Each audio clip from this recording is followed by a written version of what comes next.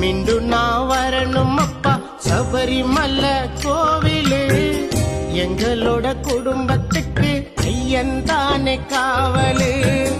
மீண்டும் நான் வரணும் அப்பா சபரிமலை கோவிலு.